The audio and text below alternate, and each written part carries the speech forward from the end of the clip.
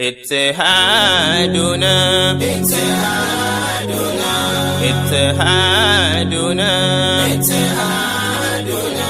اتحاد. أعوذ بالله من الشيطان الرجيم. بسم الله الرحمن الرحيم. الحمد لله وكفى والصلاة والسلام على من اصطفى. أشهد أن لا إله إلا الله وحده لا شريك له وأشهد أن محمدا عبده ورسوله. أما بعد، adúgbò fún Ọlọ́run, akí ayin Ànábì wa Muhammad sallallahu alaihi wasallam. Gbogbo àwọn ẹni Ọlọ́run lápapọ̀, ìkẹ́ Ọlọ́run, àánú Ọlọ́run ṣàdúgbẹ́ nìkankan wọn. Àwa kí gbogbo àwa mùsùlùmí lápapọ̀ bí a kú òǹgbẹ, a kú bí ta bá ìbádà náà délé ní, a sì tún kú ìpalẹ̀mọ́ ọdún ìtúnu náà. Ẹ̀mí àti àlàáfíà tá a fi bẹ̀rẹ̀, Ọlọ́run òun náà ní pé yẹ ká fi parí àwẹ̀ yìí. Ọ̀rọ̀ tí a ń bá bọ̀ nínú ẹ́písòdù tó kọjá òun náà ní àdúhà. A ti ṣàlàyé fún wa kí ní jẹ́ dùhà, ìbátan tí ń bẹ láàrin àdúhà wa dhikr. A ti ṣàlàyé àwọn eléyìí fún wa. A lè yọ dhikri kúrò nínú dùhà, a lè yọ dùhà kúrò nínú dhikr. Méjèèjì ṣiṣẹ́ pẹ̀lú ra wọn ni. Lénìí, ìta fẹ́ gbéyàwó ní aqsamu dua, the types of dua we have. A fẹ́ wo ìpín tí àdúrà pín sí. Àdúrà pín sí ọ̀nà tó pọ̀ tá a lè tú sí ní agbọ́n rí bí tá a fẹ́ lo àdúrà sí. Àmọ́ èyí tó kó àdúrà tó kó sínú nǹkan méjì náà ni. Àkọ́kọ́ ni du'aul mas'ala, ẹ̀kejì ni du'aul ibada.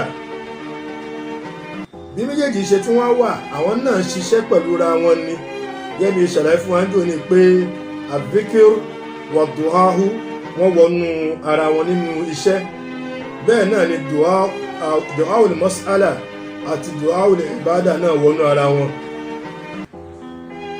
Àpẹẹrẹ tá a fún wa lórí du'aul mas'ala,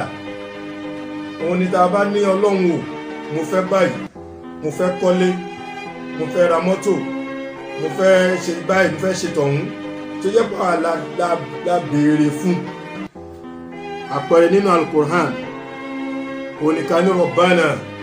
hab lana min azwajina wa dhurriyyatina qurrata a'yunin waj'alna lil muttaqina imama. Ọlọ́run o, fún mi ní aya rere, fún mi ní ọkọ rere, min azwajina, nínú àwọn obìnrin, nínú àwọn ọkùnrin rere, qurratan a'yunin, tó jẹ́ tó ní ètùtù ojú, tó já sí pé tá a bá rí yóò mú wá ní fífẹ́, yóò dá lọ́kùnrin, yóò dá lóbìnrin. Ìmọ̀ wò pé aya mi rèé, ọkọ mi rèé, inú yóò sì máa dùn. Qurratan a'yunin waj'alna lil muttaqina imama, kó o sì ṣe mí ní olórí nínú ilé. Eléyìí ni àdúrà tí ó wà ní al-Qur'an tó sì fẹsẹ̀ rinlẹ̀ pé du'aul mas'ala ni, torí pé à ń béèrè fún nǹkan yẹn ni. Báyìí náà ló pọ̀ nínú al-Qur'an bẹ́ẹ̀ tàbí ní Rabbana Rabbana Rabbana. Gbogbo àyẹ̀ tí ní Rabbana yìí du'aul mas'ala ni gbogbo wọn, torí pé a béèrè lọ́wọ́ Ọlọ́run fún nǹkan yẹn ni. Du'aul ibadat, àpẹẹrẹ tí ẹ ní subhanallah walhamdulillah wala ilaha illallah wallahu akbar. Ẹ rí pé kò sí bá ń béèrè nǹkan mìíràn, Ọlọ́run la fi yìn. A ní kankan tá a fẹ́ mú nínú gbólóhùn tá a rí ìjú pé à ń purify ara wa látara Ọlọ́run tá yìn. Àpẹẹrẹ míì ní lábẹ́ ti yẹn, òun ni ká ní la hawla wala quwwata illa billahi al-aliyyil azim. Kò sẹ́nì kankan tí a tarí ọ̀rọ̀ yẹn lọ bí pé mo fẹ́ kọ́lé, mo fẹ́ ṣe gbá, a fi yin Ọlọ́run pọ́nbélé ni. La ilaha illa anta subhanaka inni kuntu minaz zalimin, inni kuntu minaz zalimin tí ànábì wa yóò ó fi ń jẹ́ kọ́lọ́hún mọ̀ pé òun gbà pẹ̀lú ẹlẹ́ṣẹ̀ lòun, àmọ́ lòun ló padà fàṣàfitì yìnyín lọ́ba. dùá ò lè bá dà nìyẹn. gbogbo àwọn tá à ń ṣe nínú ẹ̀sìn bíi ká kírun, ká yan sàká, ká lọ hajj tí mo sọ fún wa níbẹ̀rẹ̀ episode 1, mo jẹ́ ká mọ̀ pé kò sọ́gbọ́n tá a fẹ́ dá. òpó márààrún yẹn ó ṣe pàtàkì fún wa, ìyẹn ló jẹ́ kí Ramadan kó di ọ̀ranyàn fẹ́nìkan fún wa. so duawul mas'ala àti duawul ibadat méjèèjì yìí òun ló kó gbogbo àdúrà sínú. tá a bá fẹ́ kírun a gbé láti ìkọ́mọ̀, gbogbo táwọn inú ìkọ́mọ̀ pátá ibadat ni. tá a bá dúró tá a fẹ́ kírun a ṣe fatiha, gbogbo táwọn inú fatiha iyyaka na'budu wa iyyaka nasta'in, ìyẹn láwọn máa sì ọ̀dọ̀ ẹ̀ náà sì láwọn máa ṣàfihàn gbogbo nǹkan sí. a rí i pé gbogbo kìíní ìbáadà ni. tá a bá kí ẹ tán a mú súrà wá, súrà tá a bá mú wá afẹ́fi sin lọ́hùn ni. gbogbo àràkàtù wa lórí ìrun ta'abudan lillahi ta'ala, a rí i pé méjèèjì ó ti clear pé aqsamu duha ad-duha'u yanqasim ila qismayn. àdúrà ọ̀nà méjì náà ni ó pín sí, du'aul mas'ala wa du'aul ibada.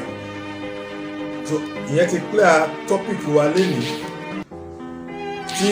èyí sì jẹ́ kẹ́nìkankan wa ká dìímú kó o lè mọ̀ yàtọ̀ tó bá ń ṣàdúrà pé eléyìí tí mò ń ṣe yo ìbádà ni, eléyìí tí mò ń ṣe yo mas'ala ni, èyí mo fi ń béèrè nǹkan lọ́wọ́ Ọlọ́run ni, èyí mo fi sin Ọlọ́run ni. bí èèyàn bá ń ṣe àzìkárò, bóyá àzìkárò àárọ̀ tó ti sọ di lázìm fúnra ẹ̀, èyí tó sọ di lázìm nìyẹn, dùá ìbádàt nìyẹn, àdúrà tá a fi sin Ọlọ́run tó yẹ pé o kò ní já lọ́jọ́ kan. ìyẹn lọ́dọ̀ àwọn agbọ́nrin àwọn ní tasawuf. so lázìm yẹn, wàsífà yẹn, gbogbo àwọn nǹkan yẹn dùá ìbádàt ni. so gbogbo àwọn tí wọ́n bá ti wá ń kó nǹkan yẹn jọ lórí pé a fẹ́ fi ṣe lọ́hùn, wọ́n ṣàfitì ṣíṣe lọ́hùn yẹn sọ́dọ̀ ọba tó dá wọn. òun sì náà ràn kan pé gbogbo orí táwọn ò bá rí òun ló ní, èyí tó bá òun ló lè fi nǹkan ẹ̀ ṣe fáwọn. àmọ́ du'aul mas'ala èèyàn fún rẹ̀ ló ń bùkátà nǹkan yẹn pé Ọlọ́run ṣe báyìí fún mi, Ọlọ́run ṣe báyìí fún mi. tá a bá wá fẹ́ ṣe yẹn, ìyẹn la gbọ́dọ̀ wá ṣọ́ra, torí pé látara pé a fẹ́ bẹ Ọlọ́run, ẹlòmíì á kú sínú ṣírkù látara pé òun fẹ́ sin lọ́hùn. nínú du'aul ibadat yẹn náà a máa ń sábà ń kó sínú ṣírkù tá a bá mọ̀, torí pé àdúrà tí ẹnìkan hun àbí tí wọ́n gbé kalẹ̀, tá a wo àdúrà yẹn tá a wá rí i pé du'aul mas'ala ni, mas'ala àti ẹ̀kọ́ wa tí wọ́n ń ṣe lillahi ta'ala, a wá ń ṣàfihàn ẹ̀ sí nǹkan tí ò tọ́ lọ́hùn, ìyẹn ò sínú Islam. du'aul ibadat wa tá a bá ṣe, a gbọ́dọ̀ rí pọ́lọ́hùn káfàtà Ọlọ́run pọ́nbélé nìkan la fi ń sìn. ní ṣókí du'a'u pín sí ọ̀nà méjì, du'aul mas'ala wa du'aul ibadat. a wà lọ síbi àyà tí ó summarize méjèèjì fún wa, àmọ́ ká tó lọ bẹ̀, àdúrà mẹ́rin náà ni lábẹ́ mas'ala àti ìbádà yẹn. àkọ́kọ́, èyí tó da tá a fẹ́ kó bàjẹ́, ẹni tí ń sin lọ́run dáadáa tẹ́lẹ̀ lábẹ́ du'aul ibadat tó ò dẹ̀ fẹ́ kí òun dẹni tí ò ní sin lọ́run mọ́, yóò bẹ̀ lọ́run lábẹ́ du'aul ibadat. àkọ́kọ́ nínú méjèèjì ni ẹni tí a mọ̀ kó da, tá a wá fẹ́ kí nǹkan yẹn máa dá a sí. lábẹ́ du'aul mas'ala, ẹni tó da tá a fẹ́ kó tún máa dá a sí, yálà Ọlọ́run fún ẹ nímọ̀ ni, Ọlọ́run fún ẹ lówó ni, Ọlọ́run fún ẹ ní kankan ni, torí pé ẹ̀bùn leléyìí, oore leléyìí, tó wá fẹ́ kí nǹkan yẹn bàjẹ́, ó bẹ̀ lọ́run ni. ṣùlágbọ́n ni méjèèjì yẹn, àkọ́kọ́ nìyẹn pé n tó ti da tá a fẹ́ kó bàjẹ́. ẹlẹ́ẹ̀kejì nínú agbọ́n ní abẹ́ àwọn méjèèjì náà ni tí kò da tá a fẹ́ sọ ọ́ di dáadáa. yálà èyí ń sin lọ́run dáadáa, tó bá kí tàárọ̀ àbí ní òfin kí tọ̀sán, tó bá dalẹ́ yóò pàápọ̀ ni, yóò wà bẹ́ẹ̀ lọ́wọ́ náà ilé ò tẹ́mi lọ́rùn mo fẹ́ kí n dẹni tí ó mọ̀ sí lọ́run ní lásìkò ẹ̀ ní gbogbo gbà tó bá bẹ lọ́run bẹ́ẹ̀ lábẹ́ duha ibadat ọlọ́run ó sì yí padà yóò sọ dẹni tí ó mọ̀ sí lọ́run dáadáa lábẹ́ duha mas'ala láyé níbi agbọ́n ẹlẹ́ẹ̀kejì torí pé mẹ́rin mo pè é so níbi ẹlẹ́ẹ̀kejì tiẹ̀ náà ni pé in tí ò da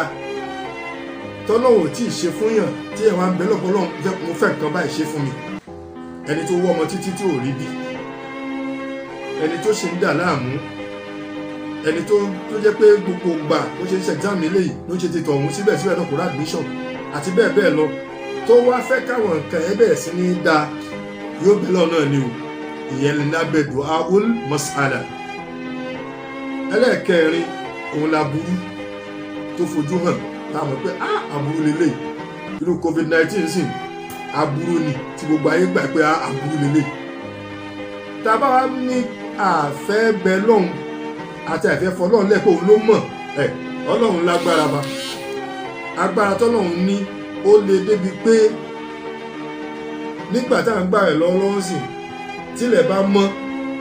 àá mọ̀ pé tó bá ti dàsìkò báyà gbọdọ̀ ṣe ni gbogbo alágbà yẹn tọ́lọ́run bá wá ní kílẹ̀ mọ́ mọ́mọ́ ńkọ́ káwá retí kílẹ̀ mọ́ tílẹ̀ ò mọ́ àbí à ń gbàwẹ̀ lọ́wọ́ ọlọ́run wá mójú ọjọ́ wá làálẹ̀ òòrùn torí ẹ̀ kò ńlẹ̀ torí tó ń ṣàwọn kan nílùú kan náà nìyẹn tẹ́ pé táwọn bá ti ṣínu àwọn ò ní ti ṣínu wọ́n retí kí òòrùn wálẹ̀ tọ́lọ́run bá wá hóòdù òòrùn yẹn tí ò wálẹ̀ rárá kí la fẹ́ ṣe fọ́lọ́run tó aburú tó fojú hàn lélẹ̀ látara àìgbọ́rọ̀ wa látara àìtẹ̀lé ọ̀rọ̀ ọlọ́run so ìyẹn náà ló fà á tọ́lọ́run bá mi sọ fún wa nínú Al-Qur'an ba'da bismillahir rahmanir rahim qul ma yaba'u bikum rabbi lawla du'aukum faqad kadhabtum fasawfa yakunu lizama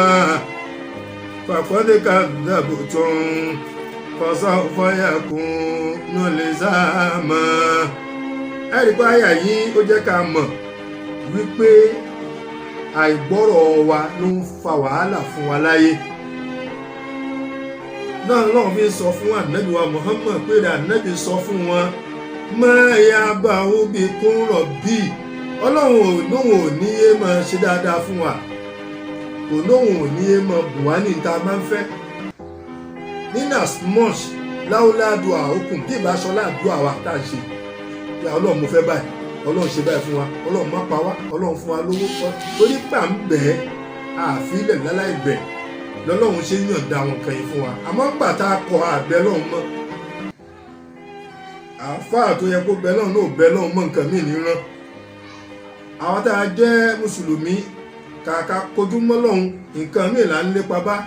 àwọn ẹlẹ́sìn míì náà ò sí lọ́run bó ti yẹ mọ́ bá a ṣe ń rí pásítọ̀ tó ń ṣaburú lára àáfàá tó ń ṣaburú gbogbo ìbàjẹ́ yìí náà ló wá gbalẹ̀ kan ní gbogbo àgbáńlá ayé ọlọ́run wá ní faqad kadhabtum fasawfa yakunu lizama nígbà tẹ́ ẹ kọ̀ tẹ́ ẹ gbà yẹn kò sí wàhálà qad kadhabtum yakunu lizama ọlọ́run wá mú tọ́mẹ̀ tó lágbára ó bá gbé sáyé oníkà máa ràn tọ́lọ́run bá wá mélòó ìwá fún wa tó sọ oòrùn di tí ò kò ní òfurufú tàwa ń gba àwẹ̀ bóyá 24 hours instead of the little hours tàbí gbà tọ́lọ́run tó wá extend ẹ̀ tí ó ń kọ̀ tí ò wọ̀ mọ́ ẹjọ́ kí la fẹ́ ṣe fọ́lọ́run ní ìta lè ṣe fún ọba tó dá wa ni tó sì ní kápá lórí wa jàmáà ẹ má jà fi àdúà ó ṣe pàtàkì ìsinlọ́hun ó ṣe pàtàkì ẹ má jà fi ṣeré ẹlẹ́ẹ̀kẹta òun náà ni mo sọ yẹn pé in tí ò da tàbí pé aburú lélẹ̀ tó fojú hàn bí covid-19 ọlọ́run àbẹ́ẹ́ ni wọ́n lá àlùbáríkà Ramadan tá ń gbà lọ́wọ́ yìí dákun ìdààmú ìpọ̀ fígọ̀ tá ń gbọ́ ó kàn ń lé sí ni lockdown lọ́tún sọ pé yóò tún wáyé ọlọ́run àbẹ́ẹ́ ni ṣàánú wa báwa ká kò ńlẹ̀ má jẹ́ kí ìdààmú covid-19 má jẹ́ kó gbalẹ̀ kan mọ́ bá wa ká kúrò ní pátápátá àlùbáríkà Ànábì wa Muhammad sallallahu alaihi wasallam. èyí tó wá jẹ́ kẹrin aburú tá a mọ̀ òun nílẹ̀ kẹrin aburú tó gbé a mọ̀ a kàn wọlé ni. àdúrà tí a ń ṣàlàyé fún wa òun náà yẹn ìpín ẹ̀ àti ẹ̀tútún ẹ̀ òun ni mo ti ṣàlàyé yẹn. àyà tó wá summarize náà láfi ráàmì ọ̀rọ̀ tèmi hàn ní ẹ́písòdì yìí. gbogbo àjọmọ́ ẹ jẹ́ ká gbìyànjú ẹ jẹ́ ká mú àdúrà ní pàtàkì. ọlọ́run á ṣe nírọ̀rùn fún wa. ọlọ́run bá sọ nínú Al-Imran olóògbẹ̀yìn súrà yẹn. ọlọ́run bá ní Rabbana ighfir lana dhunubana wa kaffir anna sayyi'atina وتوفنا مع الأبرار ربنا آتنا ما وعدتنا على رسولك ولا تخزنا يوم القيامة إنك لا تخلف الميعاد ربنا فاغفر لنا ذنوبنا لهم ṣàforíjì ẹ̀ṣẹ̀ wa lọ́hùn وكفر عنا سيئاتنا ṣàmójúkú àwọn àṣìṣe wa watawaffana ma'al abrar jẹ́ àtán sínú dáadáa ṣíṣe ilé ìta ń ṣe ìdáadáa ní jẹ́kújẹ́kú náà láàṣì láti dọ́dọ̀ rẹ̀ ọlọ́run ìbádà ni àdúrà ṣíṣe ni oore ṣíṣe ni dáadáa ṣíṣe ni gbogbo àwọn nǹkan yìí náà ló jẹ́ òkè ọlọ́run Rabbana wa atina ma wa'adtana ọlọ́run wá fún wa gẹ́gẹ́ bí àdéhùn tó ṣe ala rasulika fún Ànábì wa Muhammad wípé ó ṣe báyìí fáwọn ẹrú rẹ̀ àwọn umma rẹ̀ wọn ò ní pa wọ́n rẹ́ ò ní fi wọ́n bọnú àwọn ẹni ibi ọlọ́run wá ṣàwá ṣe bẹ́ẹ̀ fún wa ṣe wá lẹ́ni ire gbogbo tá à ń béèrè ṣe fún wa ní rọrùn wala tukhzina yawmal qiyamah innaka la tukhliful mi'ad ọlọ́run má disappoint wa má yẹ̀yẹ́ wa má disgrace wa lọ́ọ̀ gbé dàrú kìyàmà innaka la tukhliful mi'ad torí pé ọlọ́ba tó yẹ pé àdéhùn tó bá ṣe kò ní yẹ gbogbo àdéhùn tó ṣe lórí wa kí ó ṣe wá léèyàn ọlọ́run má yẹ ọlọ́run gbogbo dáadáa tó ti kọ fún wa níbẹ̀ látòrí èmi àti gbogbo àwọn ìjọ mi àwọn olólùfẹ́ mi gbogbo àwọn tí wọ́n gbọ́ mi àwọn tí wọ́n rí mi ọlọ́run dákun tẹ́nìkankan wọ́n ń béèrè ṣe fún wa ọlọ́run wọ́n láǹbáríkà ní oṣù táwa yìí ọlọ́run ṣàbíọ́ nìkankan wá nú subhana rabbika rabbil izzati amma yasifun wa salamun ala al-mursalin walhamdulillahi rabbil alamin.